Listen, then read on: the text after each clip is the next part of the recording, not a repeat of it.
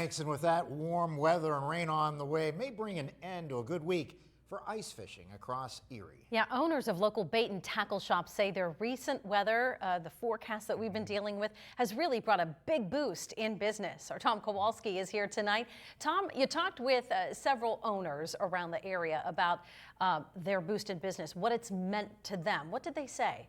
Well, Mike and Eva, as you said, with that warm weather in the forecast, local fishing shops aren't looking forward to losing out on those ice fishing sales, but they are looking forward to warm weather in just a few more months.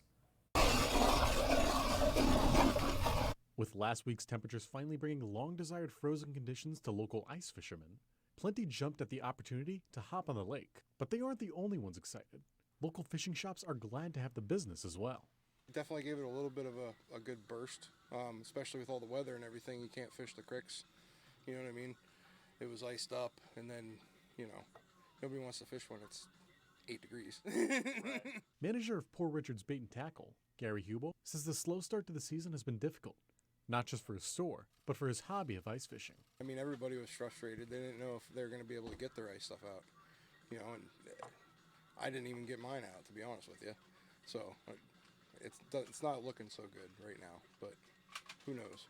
Meanwhile, at Fish USA, Pro Shop manager Robert Gurriel says despite the slow start, he's seen diehard ice fishermen venture out onto the ice. Last year, I personally didn't get out. I think, there was a couple of days. This year, we probably had 2 weeks, I think, ago, people started easing their way out. You had to be careful. We were talking maybe the week before last week, like 3 inches.